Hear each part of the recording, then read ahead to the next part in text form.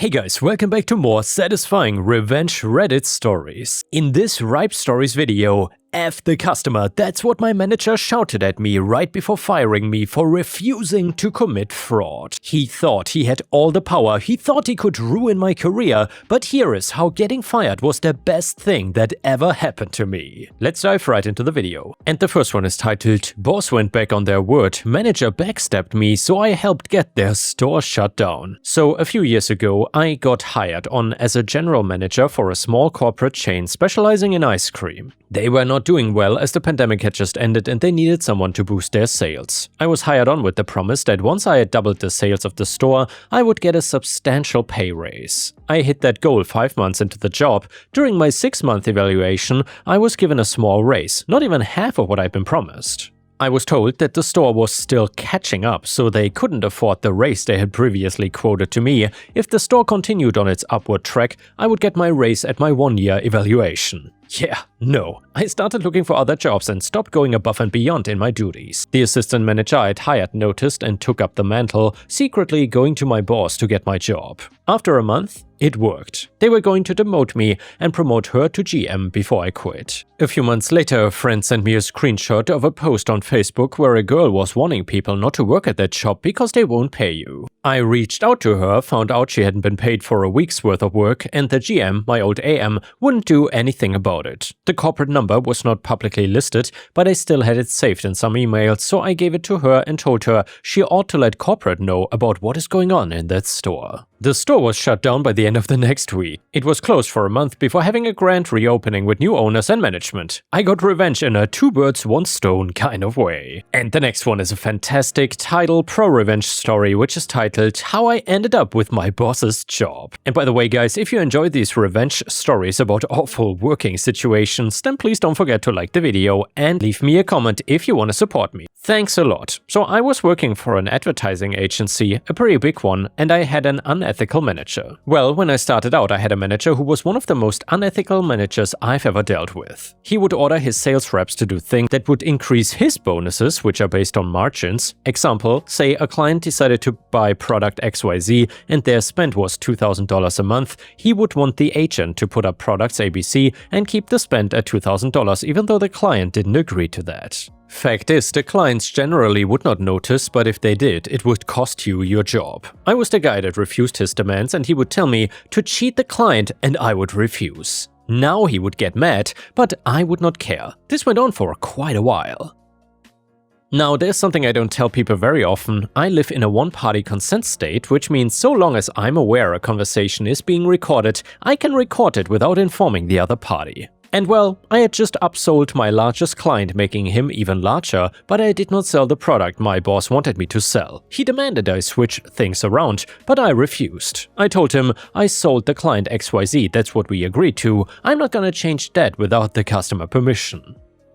His exact words were, F the customer, this is your largest client, I need him on ABC or I'm not gonna make my number. I'm sorry, but you and I both know ABC is not right for this client and that's why he didn't buy it. You're fired. If you cannot follow instructions, you're fired. After confirming he was dead serious, I said, if you do that, I will have your job by the end of the month. I went home and I didn't think he would go through with it. Sure as hell, next morning, I'm locked out of all of our systems. I call tech support and get told that I've been fired. So who do I call? I call our regional vice president and tell him that I have several recordings I think he should listen to. Remember, my boss ordering me to do unethical things wasn't uncommon, so I meet up with my RVP and play 6 different recordings that I had saved showing my manager was pushing his agents to break the law.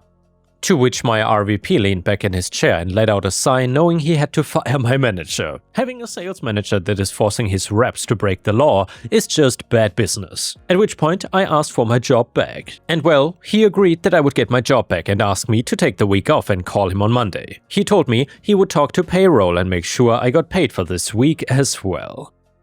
FYI, he fulfilled all of his promises with me, although I missed a payday but got back paid later, so I was fine with that. That Monday, I come into our Monday morning meeting in which my RVP was there. He informed the entire team that my boss had been fired and why. He also mentioned that if anyone wanted to apply for his job, there was now an opening, so I applied for and after 3 rounds of interview, got my promotion. Sure as hell I was right, I did have my boss's job by the end of the month. Seriously, it was glorious, the first day walking into his office and sitting in his nice big comfy chair. And the next one is a fantastic malicious compliance parking spot story that you don't want to miss. It starts like this. I work at a niche retail store located in the heart of town. Our customers are dedicated and often travel from afar just to visit us, so having a clear and accessible parking lot is crucial for our business. Unfortunately, our next-door neighbors, a family-run landscaping and garden supply store, have been a thorn in our side for years when it comes to parking. The tension between my boss and the landscaping store owner goes back over a decade before I joined, all over something trivial. I know the landscaper once complained about a tree on our side of the lot which was unsightly for their customers. It was the pettiest neighbor drama you could imagine, but it festered for years. The final straw came after the Rona, when the physical business in town started picking back up and our parking lot started overflowing with cars again,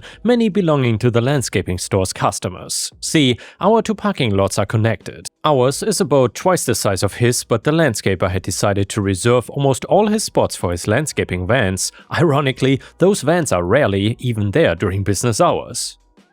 As a result, his customers just parked in our lot, leaving us with few spaces for our own customers. My boss, trying to be reasonable, approached the landscaper with a suggestion. Maybe they could adjust their parking setup to free up a few more spaces for customers and that their vans were welcome to park in our lot if their lot was ever full, but the landscaper shot down the idea immediately, insisting that it was absolutely crucial to reserve all those spaces for his vans even though they were rarely there during the day. The conversation turned heated, ending with my boss threatening to put up a fence to separate the lots and enforce parking.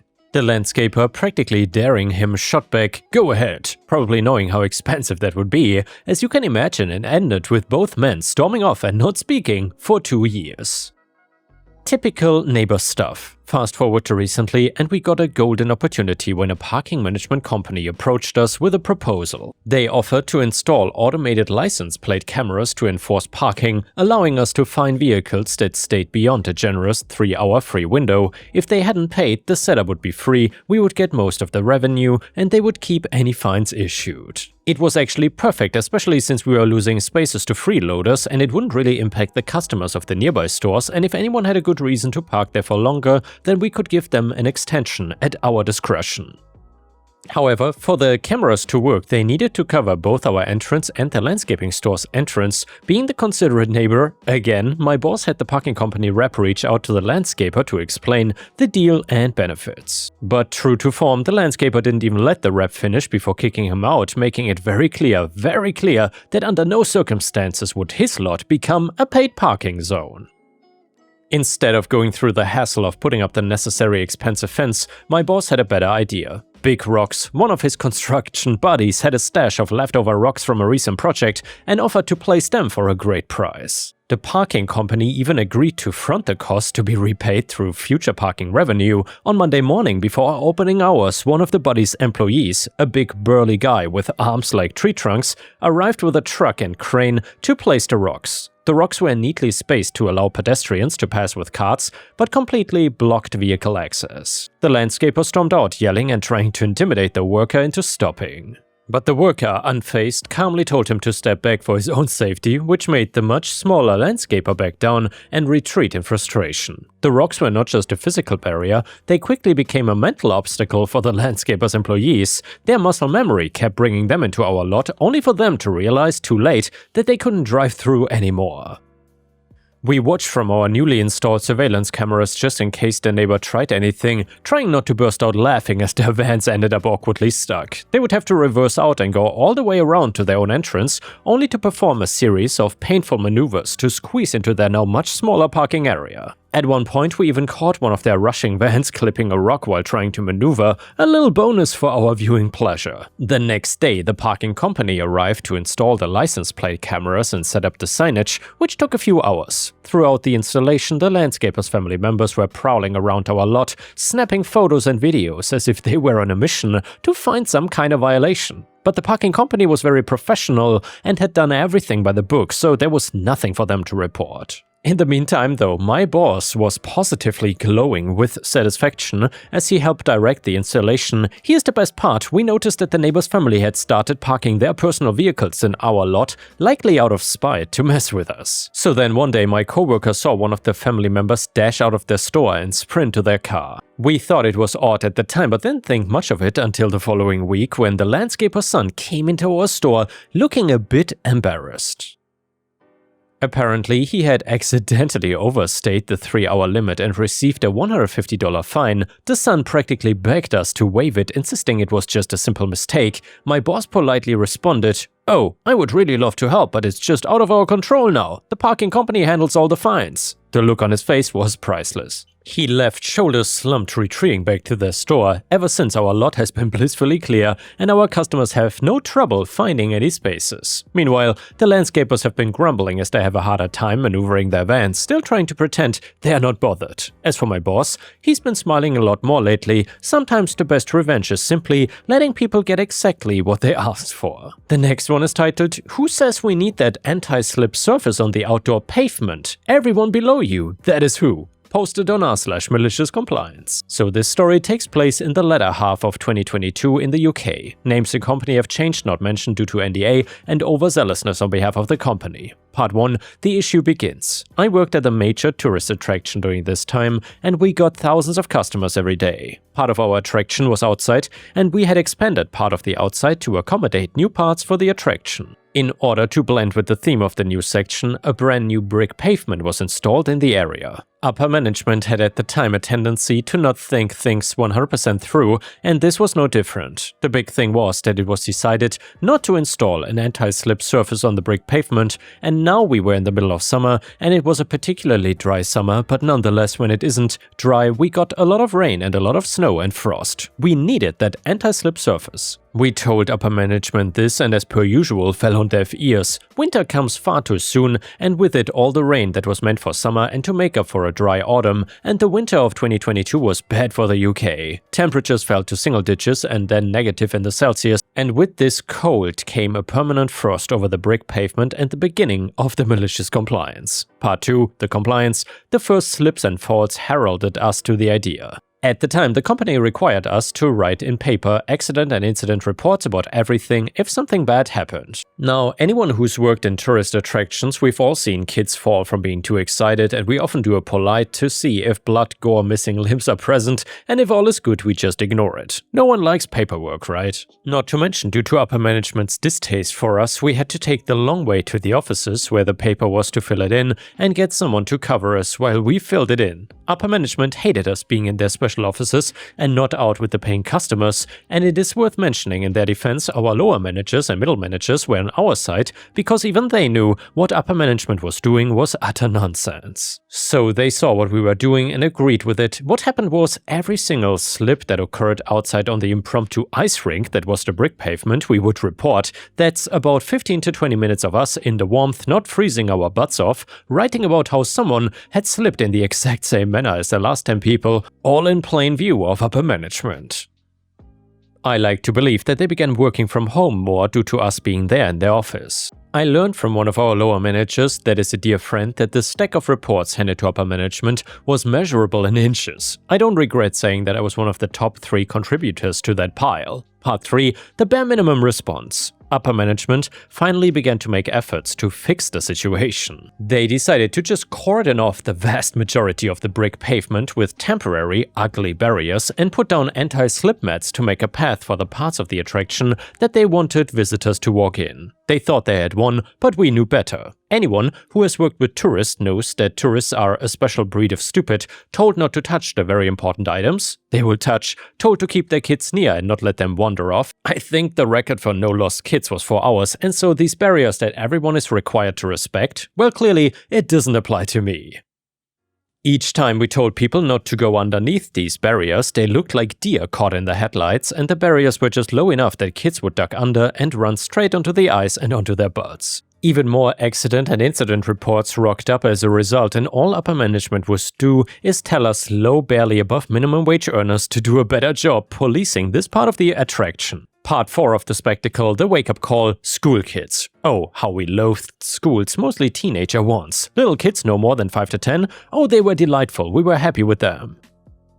The main reason was because the teachers who are still responsible for the kids no matter what actually followed our guidelines. So naturally, we liked the little ones and were genuinely more concerned for them than normal, and we all then had our moment of fear when it was reported that a 7-year-old boy had slipped and fallen on the ice, no doubt having been playing with classmates and unintentionally not seeing where he was going. That did not save his 2 front teeth chipping, and a call for our on-site first aid team to come and help with the blood. Luckily, he seemed alright beside the fact the tooth fairy was going to be paying double that night, but for us lower and middle management, it was the final straw. I wish I had taken a photo of that accident and incident report for posterity. The number of people co-signing it. Part 5. The fallout. Nobody wants a lawsuit, and that kid's parents had grounds to do so like nobody's business. The fact that a child had been injured from negligence didn't look good on upper management's parts, and it wasn't as if they could pretend nothing had happened. Everyone had been telling them about the risk, and when it got to bigwigs, I can only imagine what was said. Miraculously, and within 2 days of the kids' teeth,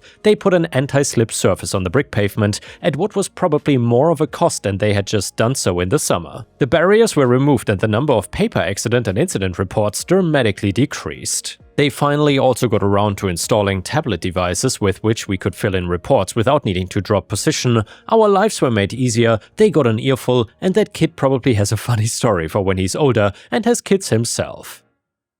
I would like to say upper management learned their lesson and took our words on board for future endeavors, but that is like expecting the dog to not poop on the carpet after the first time you shove their nose into it. I no longer work there for other reasons, and many of the people who joined in the act of malicious compliance have since gone elsewhere, but for nearly 3 glorious months you had never seen a department work together like ours in that way before or since. And the next one is a fantastic malicious compliance story. It is titled, "Work my hours or we will find someone who will." So there I was working at a mid-sized IT firm as a software developer. So my team had always been pretty laid back, focusing on results rather than the exact hours we were glued to our desks. Our projects were delivered on time, our clients were happy, and our team morale was high. Well, that is until we got a new project manager. Let's call him Dave. Dave was fresh from a highly regimented corporate background and had ideas about proper workplace management, which basically meant micromanaging everything.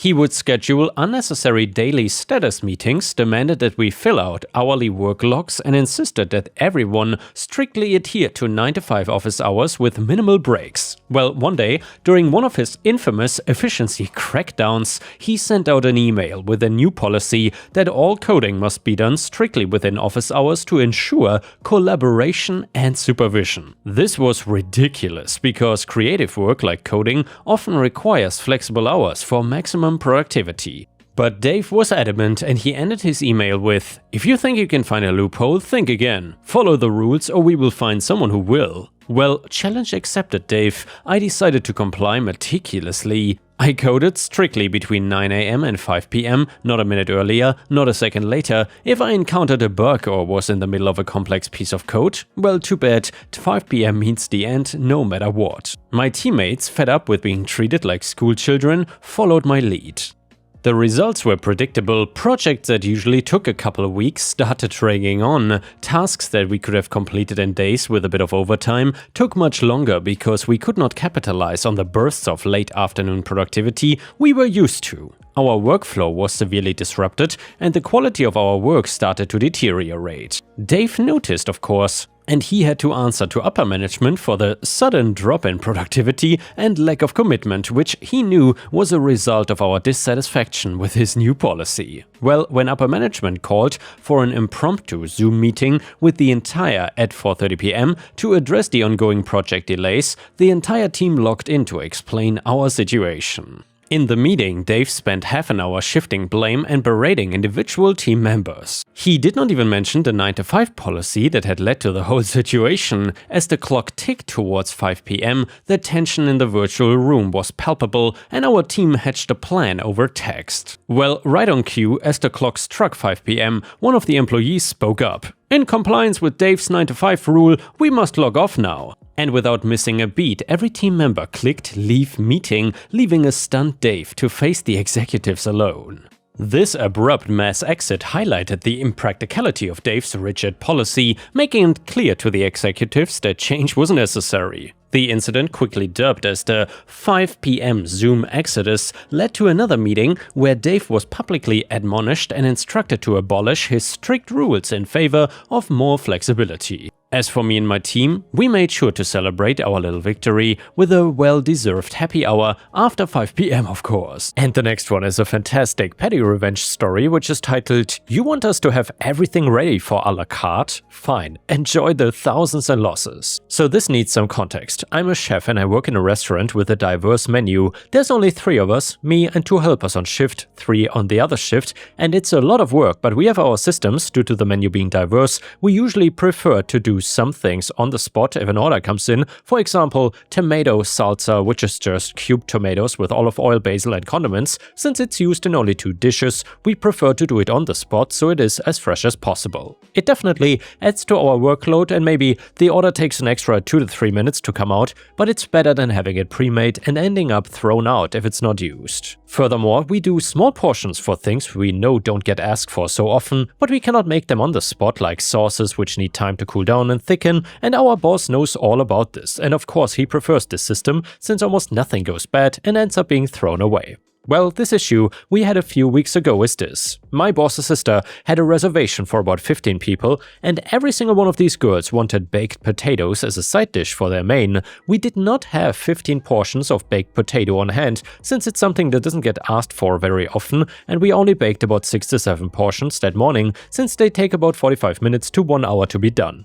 This was not a problem in the past, but our boss got in our faces, screaming at us that we were not ready, that we embarrassed him in front of his family, that we were being lazy, and from now on he needs us to be prepared for everything a la carte. We followed through for the next 2.5 months. We prepared everything, 20 portions of baked potato per day that we throw out in maximum 2 days. Done. Salsas made in advance for 10 plus portions, done. Soups, done. We also communicated the boss's order to the other shift, and they started doing the same. We prepared everything in bulk, nothing we could run out of. And yes, the consequences were catastrophic for the business. Everything went up in cost significantly, from the materials we used to utility bills. When it came close to the end of the year and the big inventory came, our boss finally noticed how much money he had lost for his tantrum, and we simply played stupid and told him we did exactly as he told us to. And yeah guys, thanks for watching. I will see you again tomorrow.